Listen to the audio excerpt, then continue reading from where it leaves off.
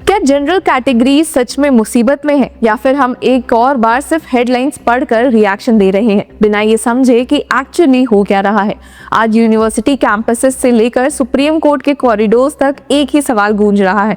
UGC के नए promotion of equity regulations क्या इक्विटी ला रहे हैं या नए तरीके का डिवाइड क्रिएट कर रहे हैं। सोशल मीडिया पे hashtag UGC roll back trend कर रहा है। बीजेपी ऑफिस बेयरर्स रिजाइन कर रहे हैं, स्टूडेंट्स बोल रहे हैं हरासमेंट होगा और बीच में सुप्रीम कोर्ट में सीजे सूर्यकांत का एक subtle but powerful light, we are also aware of what is happening. अब एक नॉर्मल रेगुलेटरी अपडेट नहीं है, ये कास्ट, कॉन्स्टिट्यूशन, कैंपसेस और कॉन्शियंस का टकराव है।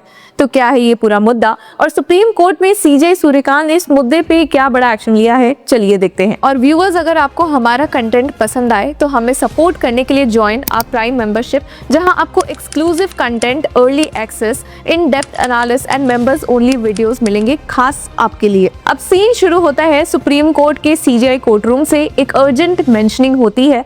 पिटिशन का नाम है राहुल देवान and others versus union of India. Council खड़े होके बोलते हैं, अर्जेंसी बताते हैं। The urgency is there are certain provisions in the regulations that have the effect of promoting discrimination against people belonging to the general classes।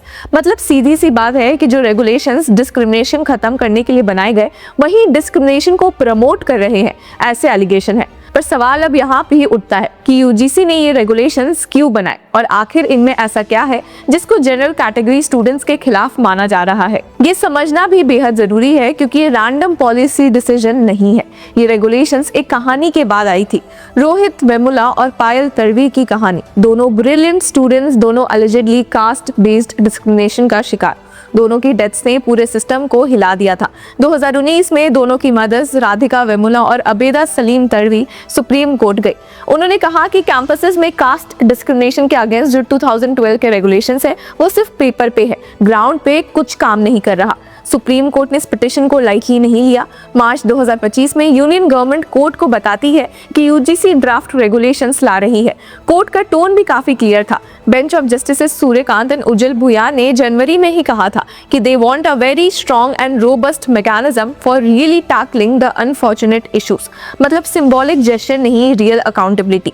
और April में court UGC को green signal देता है कि ड्राफ्ट फाइनलाइज करो, notify करो। और जनवरी 2026 में फाइनली रेगुलेशंस नोटिफाई हो जाते हैं। UGC promotion of equity in higher education institutions regulations 2026। पर यहीं से असली कंट्रोवर्सी जन्म लेती है। अब रेगुलेशंस का स्टेटेड पर्पस बड़ा नोबल लगता है।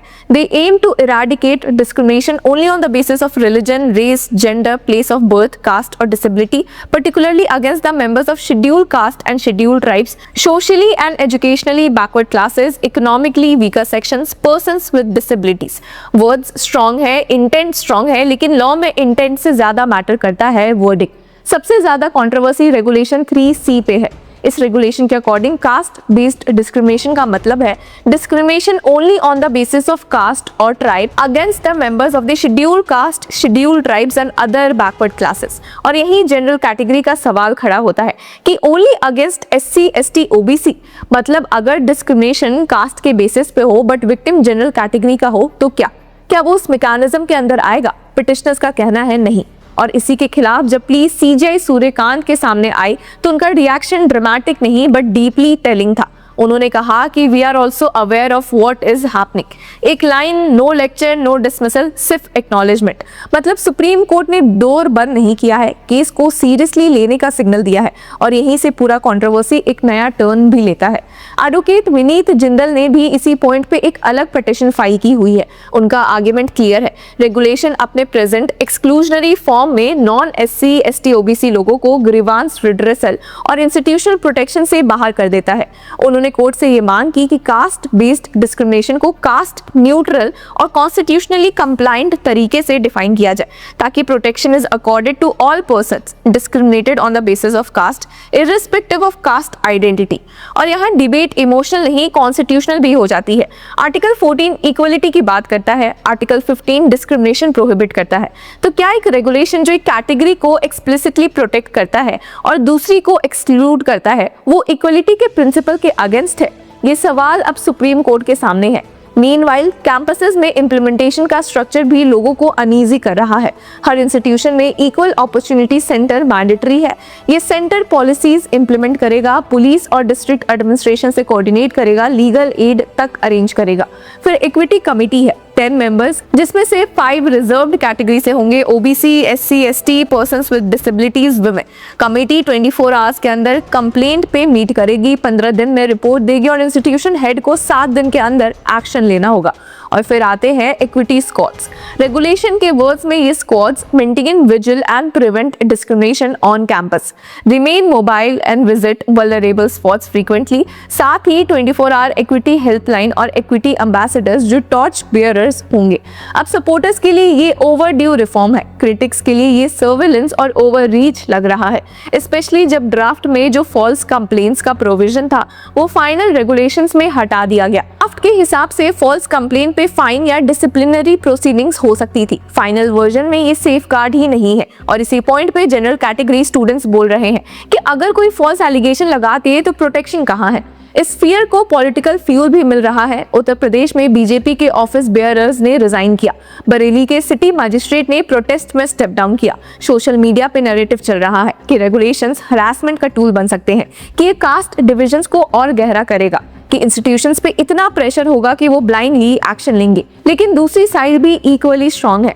दलित, आदिवासी और ओबीसी स्टूडेंट ग्रुप्स कह रहे हैं कि अगर इतने सालों से डिस्क्रिमिनेशन नहीं होता तो रोहित और पायल जैसे केसेस क्यों होते? अगर कैंपसेस न्यूट्रल होते तो मदर्स को सुप्रीम कोर्ट क्यों आना पड़ता? ये रेगुलेशंस उनके लिए प्रोटेक्शन का पहला रियल अटेम्प्ट है। इंटरेस्टिंग बात ये भी है कि ओबीसीज को खुद पहले ड्राफ्ट में इंक्लूड नहीं किया गया था। All India OBC students association ने ऑब्जेक्शन उठाया। Parliamentary standing committee on education chaired by Digvijaya Singh ने भी कहा कि ओबीसी हरासमेंट को एक्सप्लिसिटली इंक्लूड किया जाए। उसके बाद फाइनल रेगुलेशंस में ओबीसीज ऐड हुए, मतलब रेगुलेशंस इवॉल्व हुए, लेकिन क्या वो इनफ इवॉल्व है ये अब कोर्ट डिसाइड करेगी। सुप्रीम कोर्ट का रोल यहाँ बहुत ही क्रूशियल है। कोर्ट ने पहले ही कहा था कि रेगुलेशंस सिंबॉलिक नहीं होने चाहिए। अब कोर्ट के सामने चैलेंज ये है कि क्या ये रेगुलेशंस इक्विटी के नाम पे नए कॉन्स्टिट्यूशनल क्वेश्चंस खड़े कर रहे हैं? क्या प्रोटेक्शन टारगेटेड होगा या यूनिवर्सल? क्या डिस्क्रिमिनेशन का सोल्यूशन एक्सक्लूजन हो सकता है? सीजे सूर्यकांत का we are also aware of what is happening सिर्फ रीअश्योरेंस नहीं है, ये रिमाइंडर है कि कोर्ट सोसाइटल पल्स समझ रही है। तो सवाल वही रह जाता है, क्या जनरल कैटेगरी मुसीबत में है? ये केस सिर्फ यूजीसी रेगुलेशंस का नहीं है, ये टेस्ट है हमारे आइडिया ऑफ इक्वलिटी का, और इसका फाइनल आंसर सिर्फ एक जजमेंट नहीं, एक डायरेक्शन होगा कैंपसेस के फ्यूचर के लिए और कॉन्स्टिट्यूशन के प्रॉमिस के लिए। तो व्यूअर्स, इस पूरे मुद्दे पर आपकी क्या राय है? Do let us know in the comment section. Until then keep following law चक्र।